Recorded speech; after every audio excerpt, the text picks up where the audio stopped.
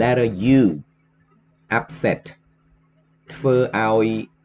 តូចចិត្ត Example The news upset him ព័ត៌មានបានធ្វើឲ្យគាត់តូចចិត្ត Understand យល់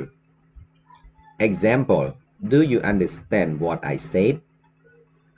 អ្នកយល់អ្វីខ្ញុំបាននិយាយទេ Use ប្រើ Example We use a lot of water every day រាល់ថ្ងៃយើងប្រើទឹកច្រើន Urge ជំរុញ Example I urge him to study harder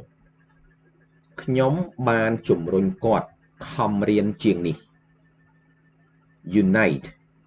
រួបរួមគ្នា Example The two companies decided to unite ក្រុមហ៊ុនពីរបានសម្រេចចិត្តរួបរួមគ្នា